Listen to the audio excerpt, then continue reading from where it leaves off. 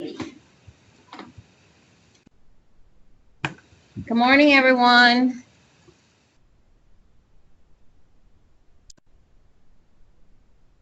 All right, so everyone can hear me because you're all responding to that. So what I did was I put together an update sheet of some new things that going forward we'll be looking at in compliance. But one of the first things I want to talk to with you all, because I know there's a lot of questions going on out there in regard to making up time for classes, specifically with some of our colleges. So I think we want to move to the front of the line talking about inclement weather and any questions you all have on that, because everybody has different scenarios. So if anybody has any questions they want to ask verbally, or if you want to type one in, let's talk about that to give us some time. Rosaline and Wayne have also joined us this morning. So that they can ask questions. And Christina, I see that you're there. So they can chime in about IT, and maybe you can hear from compliance and IT at the same time this morning. So if anybody has any questions, let's talk about that first of all.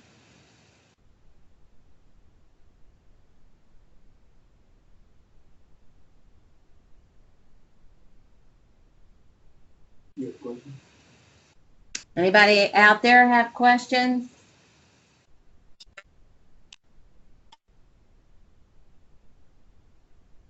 So how many of you, let's see this. Oh, okay. So Cape Fear Community College. Whoa. Okay, welcome, Joanne. How y'all doing down there? I know you all have had a rough time. You're like an island unto yourselves right now. So you had 12-week classes that were supposed to begin on 9/17, but you were closed on that date. So is your question about your 10% point, or your beginning end dates? And are these classes online, or are they traditional? These are all online classes, you said. Man, Joanne, Jennifer Haygood and I have had some conversations about this. We've talked to at least 2 other colleges, probably down close to your area, and we don't ever recommend that you all cancel these classes and rebuild, because it's so much work. And I actually talked to Rosaline about this too after she sent out her email, and I'd like to know how many of you got Rosaline's email. And I think it's a different deal if they've never started. If they've never started, and whether you registered students in them or not. Right. Okay. If they never that's started, true. I would agree with you, Rosaline. if they've never started, you could, cancel rebuilding is kind of a moot point, basically. Right. It's only when you have to deregister and re-register the students that it becomes very cumbersome, then I take it. Yes. Okay. Okay, so Karen says she got your email. So Joanne, have you all registered students for all these 12-week classes? Okay. So Rosie, they have registered students in all these classes. That's cool. If she, once you run a roster and you cancel and re-register, I think it almost comes down to how many students you got in that class. Okay. It's going to be labor intensive one way or the other. Right. If you have students and you have recorded time on them, that's a different scenario. Right. And I think you and I have talked about, the email that originated with Christina, and she allowed me to use some of her stuff. That if they've been registered and have time in manual documentation and moving across, but there's it's a local decision as to how you want to do it based on. So you're talking about classes that have actually started and they have attendance on them. Yes. Mm-hmm. Yeah, those are very different from ones that no one has attended yet. Exactly. Yeah. Yeah. Well, Joanne, one of the things that I know we told one of the other colleges whenever Jennifer Haygood and I were talking to them, Jennifer Bryan and I were actually talking to them, And one of the things we told them is if you're using web attendance, online or traditional, if you can put a change of start date and census date in your comment section, such that when you print those off for a compliance examiner, the compliance examiner will review the record based on what's in the comment section rather than what prints out on the web attendance sheet. Libby, could you say that again? Because this is Ann at Federal Tech. I want to make sure I'm documenting this right. You're saying in web attendance, in the comment section, like under the unscheduled, if we will put in writing the Yes. date that we put in the change of the, say that, Paul, that's where I got skewed at. I didn't get that. So if you're going to have to change your start date and your census date and even maybe your end date, I don't know how many dates you're going to have to do this or how you're going to. The one really important thing that I want you all to realize is that you've got to hold the hours. I think you all know that. I'll come out for a minute. Okay. So if you're running a 64-hour class, you've got to make sure you hold those 64 hours and you've got to be able to show us that you held them. That's the most important thing.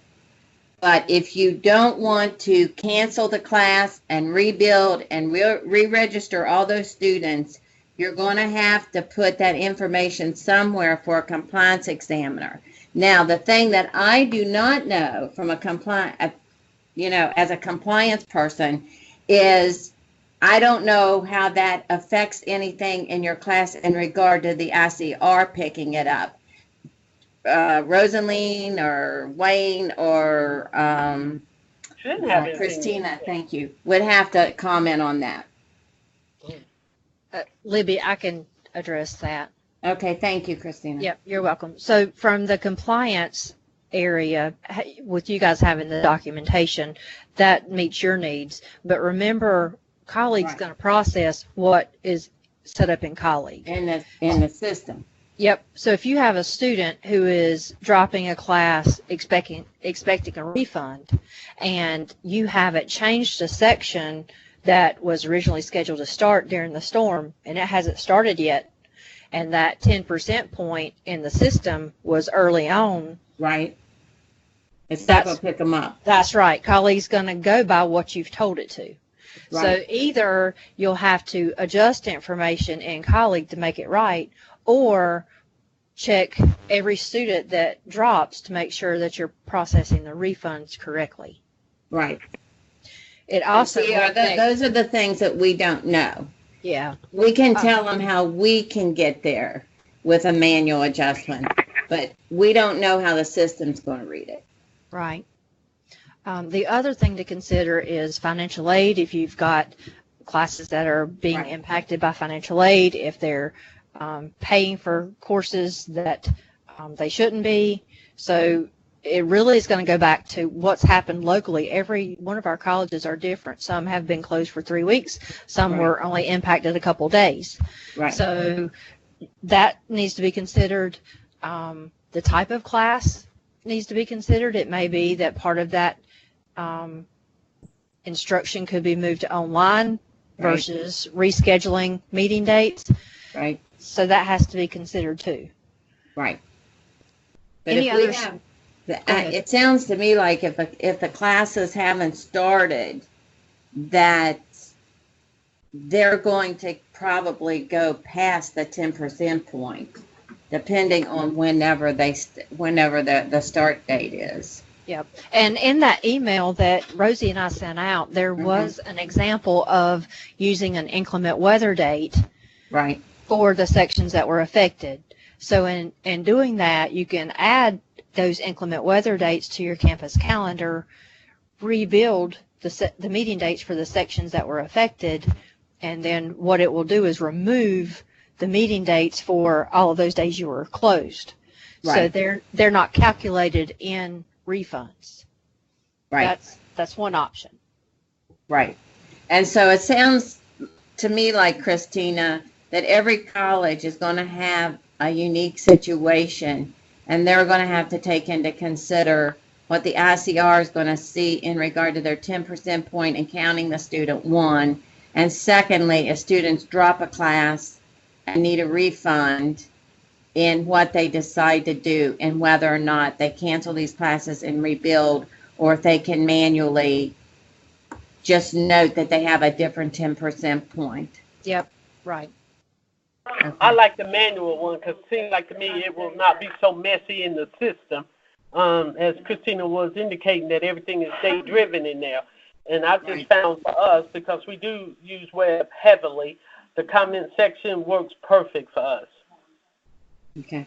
So is there a way to send out an email or create a process that we send to colleges who may not be on the call or who may not understand what you all are talking about?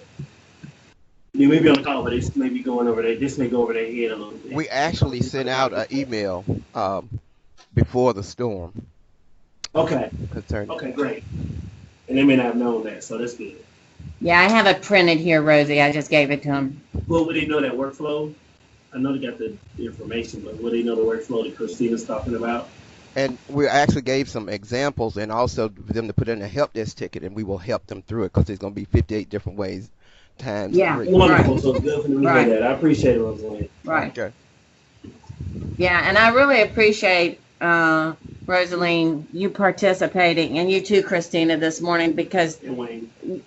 right, oh, and Wayne, and Monty. No, And because, you know, we, as compliance people, we don't know that much about financial aid and the implications or the IT end of it and what kind of chaos that could create.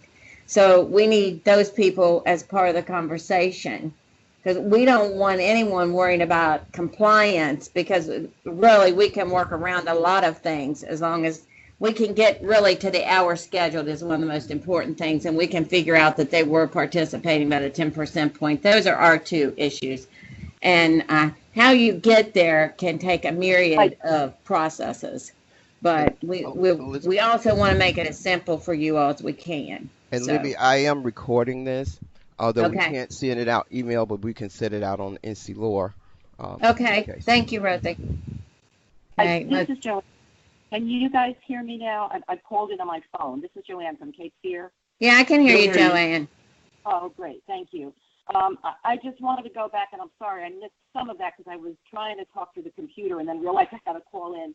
But I just want to go back to our situation where we have these classes that never started. They were supposed to start on 9/17. It sounds from what the conversation was that the really only option when we take into consideration the census date and the refunds and the financial aid would be to cancel them and rebuild them with a new start date of 10/1. Is that basically what I'm hearing, since they never started and there's so many other things to consider?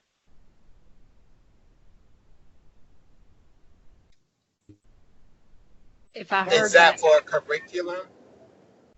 Yes, Is that that is for for curriculum.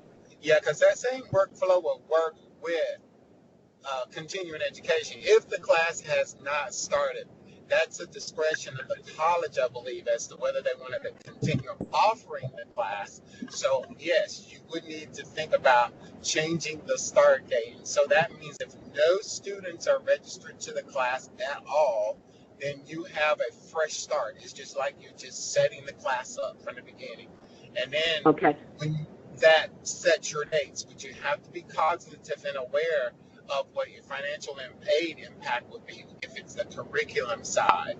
But for continuing ed, we do tell them that if no students are registered against the class, that is a call from your VP or whoever as to whether you want to continue offering the class. Then yes, you would just go in and reset your start and end dates. And you can use the original section in some cases, because all you're doing is just changing the dates as long as no students are registered.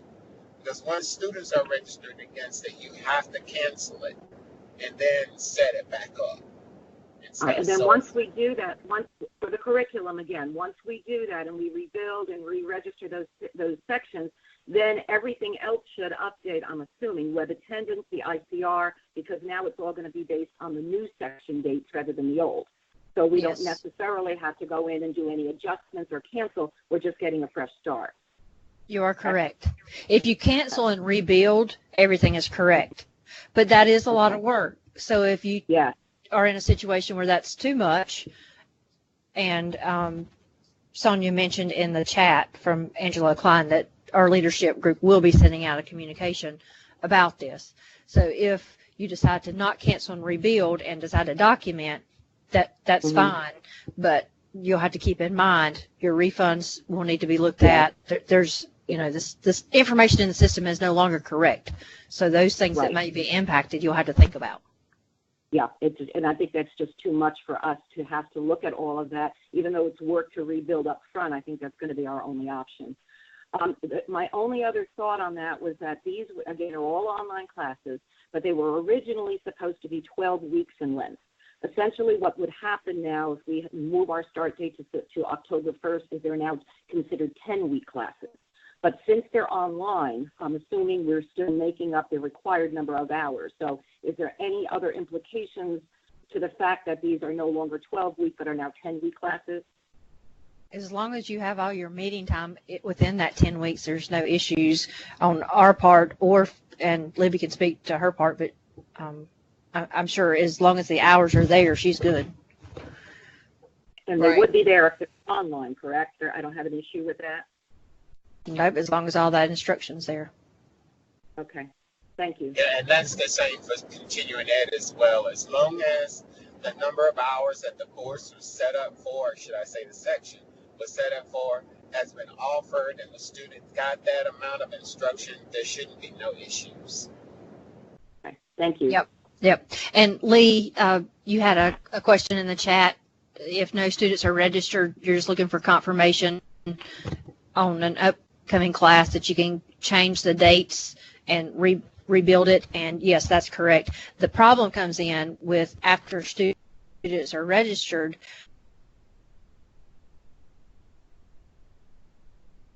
script. So that's one piece. The other piece is refunds are attached to what was originally there on the section when that student registered. So even though you might change it on SECT, the student's refund information is not correct. The only way to really correct that is to add that inclement weather date in so that the meeting dates are removed. And when you rebuild that meeting date, it will take away those inclement weather days, and then it will adjust your census date as long as you haven't manually changed it. Christina, this is Tammy from Pamlico. Hey, Tammy. Are you there? Yep, I can hear you. Okay, we're actually still closed. I came in today so I could hear this. Oh, I'm sorry. A lot of my classes are hybrid classes, so that's no problem in that they would just, in making up the time, they would just add additional assignments to the online portion of it. Is that correct? That's correct, right? Libby will have to answer that, but I think it also goes back to your local policy if you've got that. You're right, Christina. If that's written into their local policy, that in a situation, one of the things they can do for inclement weather is normally add the additional time to the online portion of the class. Yes. Okay. Yes. But you would have to be able. Technically, I have missed an entire DMAB term, which is what throws some of my students out of whack for financial aid. And I just don't know what to do about that. There's not enough time for them to have another 4 weeks to make up that time. Our DMA developmentals are all seated. Right. I don't know what to do. And so do they have to be seated, Tammy? They don't have to be, I guess. They have been traditionally seated. I don't know. Also, we're going to have students who've lost everything, basically, and come in and go, I can't go to school, I've lost everything. I personally just got internet like the day before yesterday. So I had not had any emails or anything. There's still no electricity and stuff down here. What do I do with a student who comes in and says, hey, I've lost everything? So you're talking about a student who needs to drop? Completely. that's gonna, if I drop them, I know we're not supposed to backdate them out or anything like that. I don't know what to do with them. Libby, do we have something in policy or recommendations on that side? That might be something. Is she talking about, are these students that have started the class, or the class hasn't even started, or? Classes started. They've started their classes. Our classes started on 8/20, and our online classes started on 8/29. Well, we left on 9/11. The classes have started. We're there. But Are you through your 10% point? Yeah, they met the 10% point. Okay, so or I don't know. I mean, they met the 10% point if they were taking seated classes. If they are taking online classes, our 10% point was 9.7. So I guess yes, they've met the 10% point. Libby, this is Margaret. Can I interject real quick? Hi, Margaret. Hey, I don't have an answer necessarily, but I do know that this specific conversation is one that Jennifer Hager has been having with the senior staff to try to figure out how to help colleges and how to help students stay whole in the midst of all of this, and also to encourage students to return to school at the point in which they have all of the necessary things taken care of, and they are able to return to school and be able to keep that strong connection, because once the basic necessities are taken care of and folks are kind of safe and secure again, how do we get them back to the colleges in a way that they feel like they're being supported? So I don't have an answer, but I do know that is a conversation that Jennifer Haygood and the senior staff are having, and probably will be looking to have with the state board and the president. So I would say keep an ear out in the very, very near future, because they obviously know this is extraordinarily time sensitive. But they are trying to think through that very issue. Yeah, I mean, we're still a shelter. The college is still a shelter. I've got still people sleeping in the college here. Right. I can imagine that we're going to have people come in and say, I can't do this semester. I want to come back next semester. There's no way for me to back them out completely, but I don't know. It's a bad situation. Exactly, and I think it's that struggle that they're trying to get their heads wrapped around on how do they give direction to all of you who are still acting as shelters, still closed, still working with not just students but your own staff, trying to get back into a safe, secure place. So they're very aware of it, and they are really trying to think through what policy-wise could they do to help make that. And then technically, how does that work? You know, once they know what they want to do policy-wise, they can figure that side out. So maybe we need to have that conversation offline here at the system office to figure something out to convey to the colleges. Right. So Jennifer Haygood and senior staff are having that conversation. They're having that Okay. conversation. That's what I'm saying, is they're having that conversation. I'm just trying to get ahead of this before we start putting a bunch of solutions in place, is that the senior staff is having that conversation. Well, I have a question. So is one of the questions as part of this conversation that are we trying to figure out how, if a student has participated and started the class and went through the 10%, so the college can count them? I don't necessarily think, in my opinion, of course I can't speak for my president, I would think that if I had a student walk in my door today and say that they've lost everything, which Pamlico County is very, very devastated right now, that I wouldn't personally just look at them and go, X them out, bye-bye, see you later, come back next semester. But I know that that's not what I'm supposed to do. Right. So there's two things. So all the colleges got from Elizabeth before the storm some worksheets, and not that you're thinking about those right now, but in the same way that when Matthew hit, for colleges to kind of provide back what's the impact in FTE to the college by the storm. And so colleges report to that. So the assumption would be is that there'd be a request to the legislatures in the same way there was with Matthew, is can there be some level of hold harmless to those colleges directly impacted? So that's one thing. That's the FTE thing. And then there's right, and the the student thing, is not, because we're so tuition. little, I don't think that's going to bother me as much as a student walking in. I want to hold a student harmless. I want to go, let me X you out, go get a roof over your head. You know what I mean? I know you've attended up until the 10% point, but and again, they've got the charges, they owe for the whole classes, they're not going to be able to come and meet the attendance that they need to do for financial aid to get paid for all of financial aid. I want to hold a student harmless and go, bye-bye, see you later, come back next semester. Right, and again, I don't have the answer. All I can do is tell you, I know Jennifer Hager and the senior staff are thinking about that exact specific scenario you just described, and how do we do anything from a policy side to help you as an institution respond to students appropriately. Right. So I just wanted to let folks know that the conversation is happening. They really are trying to address it. Thank you. This is Joanne again.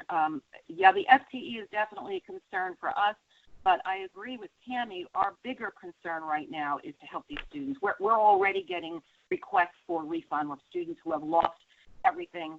We're getting calls from parents who are out of state and don't know what to do with their students.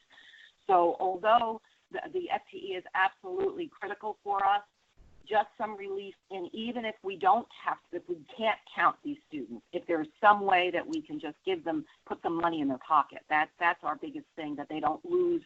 I don't want to charge them for an entire semester, because in the long run, they're not going to come back next semester if they owe the money to us. We can't even get the calls, Joanne, to get the calls for requests, because our phone system at the college will not receive calls in. I can call out, but I can't get calls in. And because none of us have email and internet around here at all, like I said, I just got mine day before yesterday, and that was at my house, and I live on Main Highway 55. There's a big communication gap. I'm not even going to know until next Monday, or even maybe next Friday, what the impact of students is going to be. I know I've had phone calls at home and at church where people have gone, well, what do I do? I can't, I've lost my house, I've lost everything. Right. Just want to hold on. We're kind of in the same boat. We're not going to know the full impact until we open, but we're seeing stuff even on our social media. We've had at least email, so I'm seeing some things, and I know it's going to just become even more next week. So again, if there is some way that we can at least be able to get money back to students, again, we'll deal with the FTE issues later on, right? And we will document with those spreadsheets. But some relief in allowing us to refund money, especially for those students who have done a direct pay. Yeah, and Tammy, I just want to throw out to you too, once you are back, there's some regulatory relief through the Department of Ed on from a financial aid point of view. So for example, if you had students who are on warning, who might be, if they have to withdraw, we don't necessarily have to eliminate their financial aid if they have to withdraw. So make sure you look at that once you're settled down, because that's another way that we can help at least our students on financial aid. Yeah, my financial aid director came in this morning with me, and she's looking at that stuff now. But like I said, we've been so limited on communication that... Right. Okay, well, someone from Nash commented that keep in mind that if you refund the student could owe money because of financial aid with bookstore charges. So. Well, let me check, because I'll check with the Department of Ed on that. Because I had Monty look at that. Yeah, I'll shoot David Barnicki from the Department of Ed message, or I'll call him one, and maybe we can have this conversation with him. Right. The disaster relief document does have some also relief under R2T4s. There are some provisions, so not bookstore charges, but there are some ways that we can relieve students from having to owe back the Department of Ed also under these circumstances. So make sure you check that out. Okay, thank you. Okay, so Sharon, you said since web attendance would not allow you to cancel the first day of class and enter a comment, how do you handle this if your college does not cancel classes and decides to change the start census date? So again, you're talking about, are you going to manually document, or are you going to keep... Go ahead. Libby, would you like for me to address that one? Yeah, go ahead, Christina. Okay. So Yeah, Sharon and I think Michelle Poplin had the same concern. They're both correct. Web attendance will not allow them to put a cancellation in on a meeting date that was canceled the very first meeting date. If the student has not actually entered the section, it won't technically allow them to cancel the meeting date.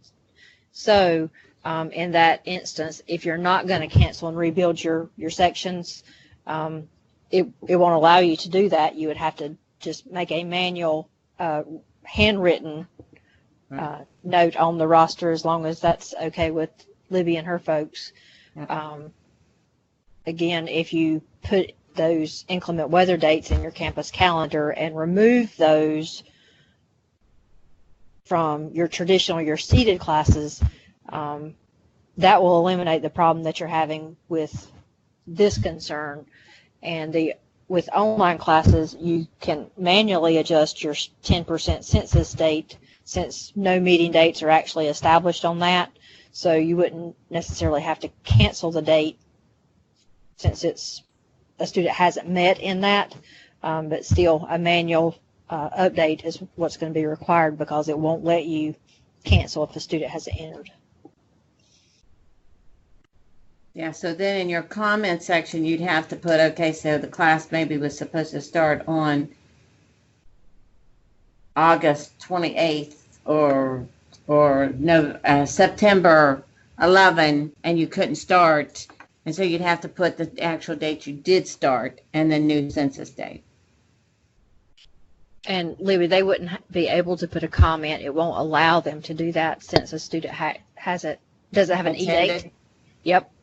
So I can remember one time we had emails that where instructors indicated what happened, but I don't know what you guys are requiring now. Or do a memo. You could actually do a memo and say, for this class, and make sure that it gets with the web attendance roster if you have to print it off for review. That would work too.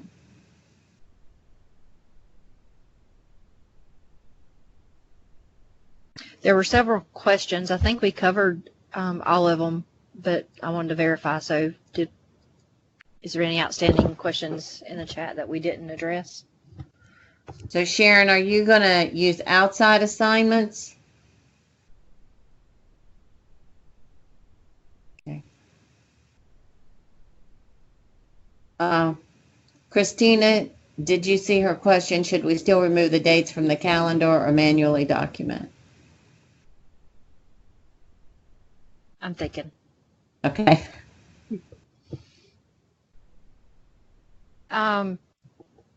Again, you can't put a comment if the student hasn't entered the class. So it's going to be up to you however you want to handle that. If you remove the dates and replace it with outside assignments, still you're going to have some kind of documentation for audit purposes to say what you've done. Right. Because at that point, when you remove those meeting dates, you won't have enough to meet the instructional hours. Right. So I think you're still going to have to manually document. Yeah. Karen, let me go back and find your question. Yeah, it's up there.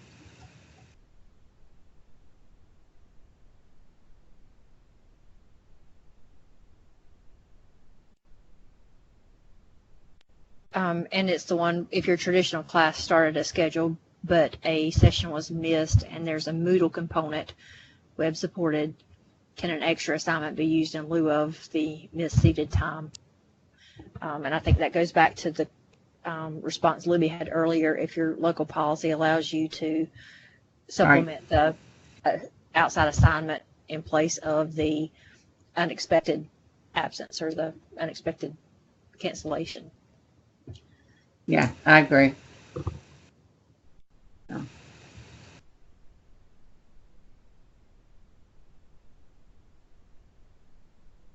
And that would address Sean's question as well. I'm not sure that's, yeah, I'll let Libby, but I don't think, I think clinical hours have got to be made up as clinical hours unless there's a way to do it through simulation, an acceptable simulation process. I'm not sure.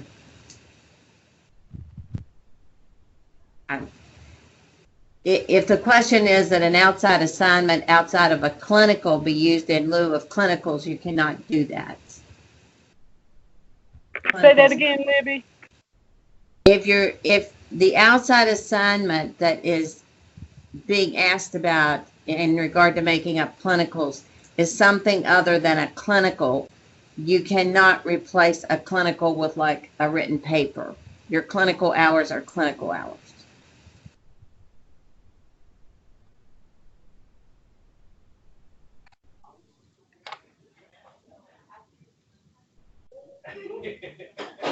And the next question is, yes, if you had them do something and they weren't clinical hours, you just couldn't, yeah, correct, you couldn't count. And is that Con Ed, Sean?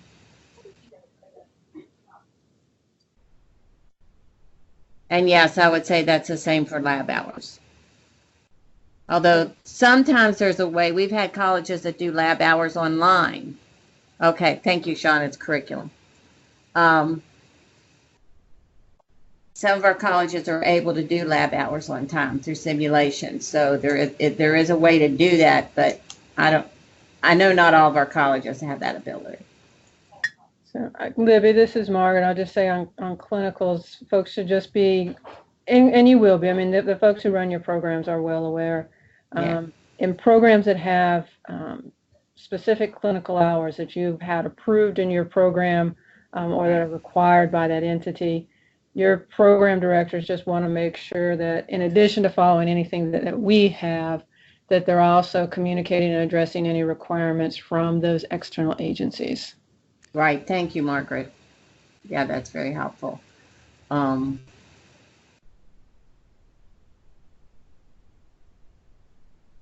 So, Renita, you're asking if a college is closed, can an instructor and/or administration require students in an online class to participate?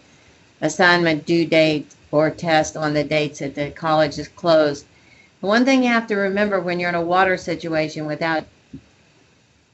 to require a student to participate, they've got to have technology. And if you've got 20 students in a class, that means all 20 have to have technology. If you're going to, and I don't know how you would know that with so much confusion. And so I just think it puts a burden on, we've talked about this on several occasions, and it just puts an extra burden on a student, I think, to say, okay, the college is closed, but as your instructor, I'm telling you, I'm going to go ahead and have this class online. And if 5 of your students don't have it, then 5 of your students are not being treated the same as all the rest. So that's what I would say. Anybody else have any comments about that?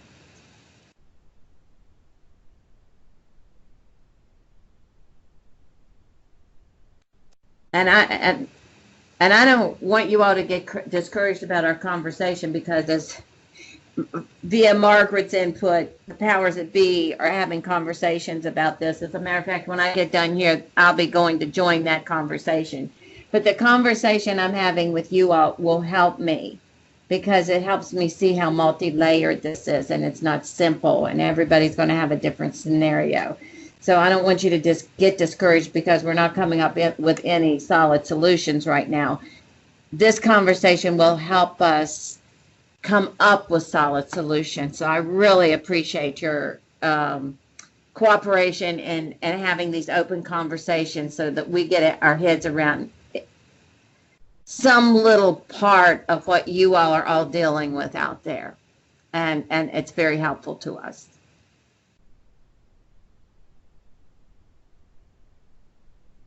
Yeah, I agree with you, Joanne. It's if the college is closed, there should probably not be any classwork going on. So. Anybody else out there have any strange combinations? I know we've talked about. I think in thinking about this, what I'm hearing is that we have to think about financial aid. We have to think about refunds. Miss Libby. Yes. I have one more strange question. This is Tammy at Pamlico again. I know it doesn't affect a whole lot of the other colleges. Mm-hmm. Big prison population, and that is right. Contact hours. Right. The prison's gone. They have not even shipped the people back to the prison yet. So our classes will have been out for about a month. Mm-hmm. Changing the end date of a class, I'm thinking, because those are technical education, like carpentry and stuff like that. Those classes are really long, and this is the curriculum side, not Con Ed. Right. I can only think to fix that is to change the end date and roll into the spring semester. Is that? Can you do a part A and part B, Tammy? That would change the billing of the class. Okay. Yeah, you're right. And you already billed public safety. Yeah. Every month. Yeah. In specific situations, that code specifically says that if a situation requires it, a special situation requires it, you can go outside those dates. I know that in 2010, when Irene hit, the prison lost their roof, and I think they were out for a month. So when I just got back this morning, I'm going to pull out those FTE books and see what Okay. did then. I don't know if they rolled into the spring semester or not. Okay. And they're contact hours, so you're going to report them at the end of the class, wherever that ends up being. Right. And that was the other question. Am I going to, if I do roll into the spring semester with those contact hour courses, do I report the hours that were earned in the fall semester in the fall FTE report? Or? No, you just report them all in the semester in which a class ends. Okay. When they have, gotten all their contact hours in so that you can get them all. So. Thank you. Thank you for that comment. I hadn't even thought about the prisons having been impacted by all this, but those are the things that we learned by you all telling us where you all are, which is very, very helpful. Because each one of us that's talking to you, Monty may be hearing things, Margaret may be hearing things, Christina may be hearing things, but we're not all hearing the same things. So it's helpful for us to have a conversation with you all where we all hear things at the same time. If they could email some of the issues they're having to us, that allow us the opportunity to, address some of that with the Department of Ed and have a better understanding when we're meeting here about what the colleges are actually going through. Instead of assuming. Right.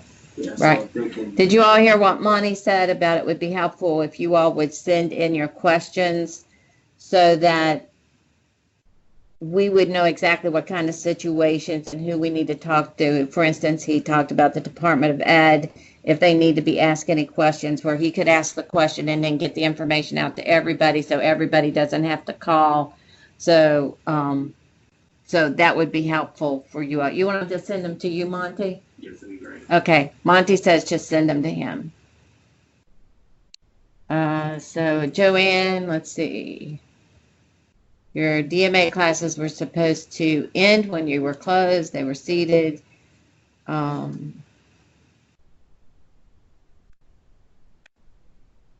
want to read this one, Monty, because this is about financial aid. What is it? This one down here. Okay. Monty's going to read it, Joanne. Okay. Our DMA session 1 classes were supposed to end when we closed. These were seated classes. We were thinking of adding an online component to make up the lost time, but this would mean our VA students would no longer be eligible for funding. Any suggestions? That's a good question because the VA requires you to be in seats, to have seated time. So I can ask the question too. But do me a favor, email that question to me. So when I have a conversation with them, I'm actually speaking intelligently instead of making up stuff. So.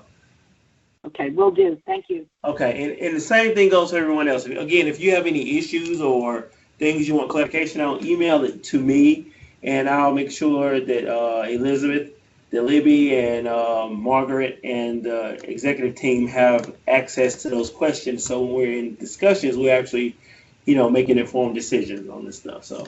And Monty, I'm recording all of them. So wonderful. Thank you. I'm going to have them put on NC Lore so you can pull out the actual recording. Okay. And it's very helpful if you mention outside agencies like the VA, Department of Ed, Right. You know, who to address. Yeah, so that Monty will be aware of who needs to be addressed so that he can make the contact for everyone so that then he can get the information out. And that will save our colleges some time, because for those of you in these emergency situations, say not having to make a phone call, I would think would be very helpful. And hopefully we can help you in that way. So, does anybody else have any scenarios?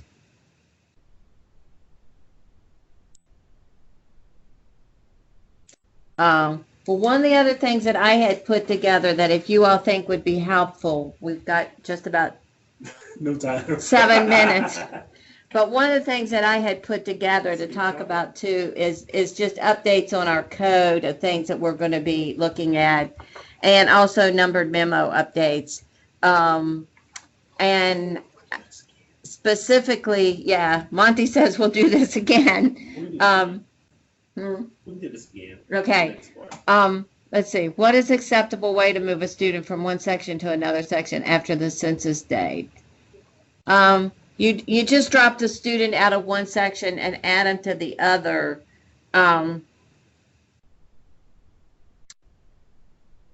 If it's past the 10% point, are you talking about past or before the 10% point?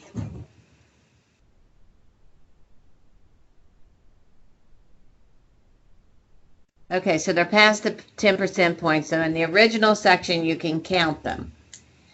So you have to add them to the next section, and you can't count them in both. Yeah, they won't be counted on the second one. Right. Based on the date. Right. What I normally hear folks do, and this is Christina, is to print their 10% rosters first before you make any changes, so you've got proof that that student was in that That's correct. original section. Yeah. Then so that you don't have charges, drop and add. You have to backdate, drop and add. Put them in the new section, and then make notes as to what you did. You'll have to manually add that student to the ICR in the original section. Make sure that you count them in the correct section. Yes. Okay. Thanks, Nash.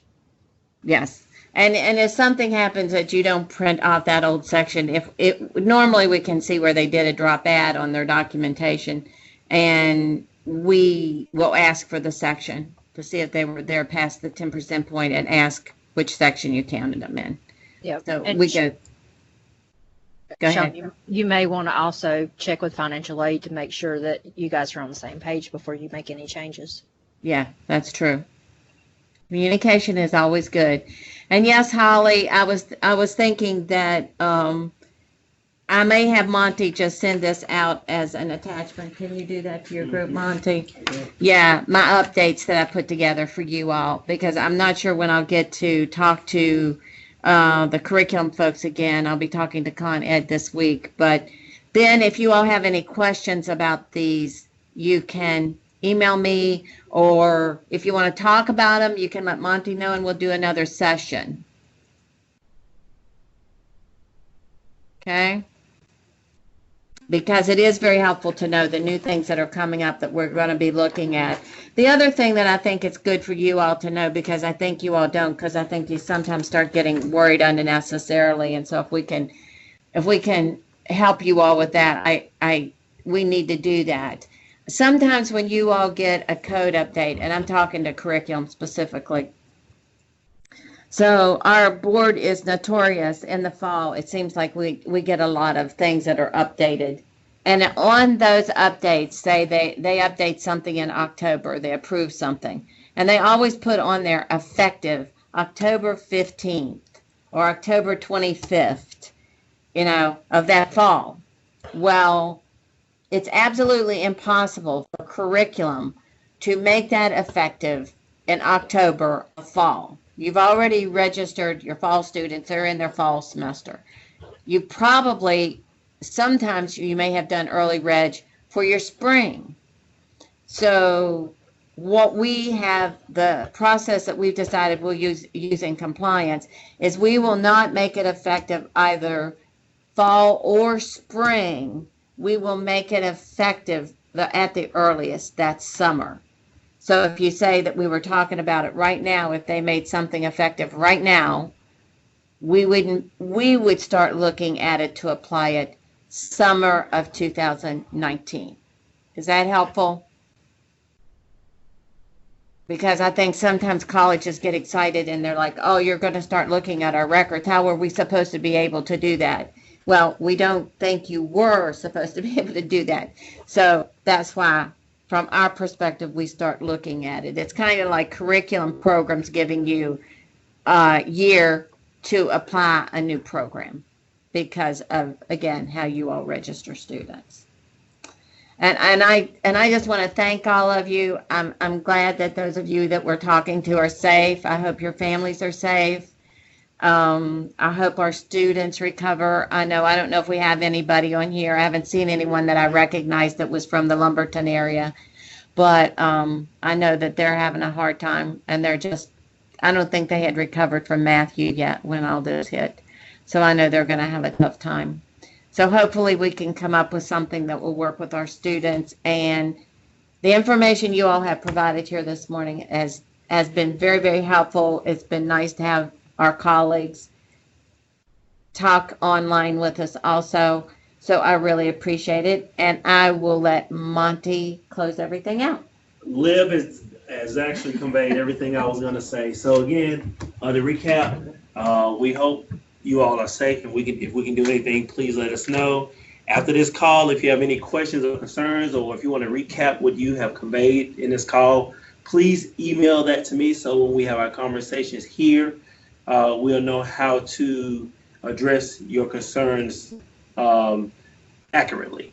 Also, you may want to put, if you're sending something to me, you may want to put a level of urgency on it, because we want to make sure we get to things that are most urgent first and then go down the list. We don't want to, focus on something that can wait a couple of weeks when you have students coming to your door now. Again, thank you for being on the call, and I appreciate your time. You have a great day. Thank you. Bye-bye, everyone. Oh, when will the recording be on? Oh, Roseanne, when is the recording going to be up? I don't know. I have to supply it to Diana, and then she will put it on. I'm going to name it exactly this, and so if they have access to NC Lore, they can search for it. So okay, wonderful. Thank you, Rosaline. All righty. Mm-hmm.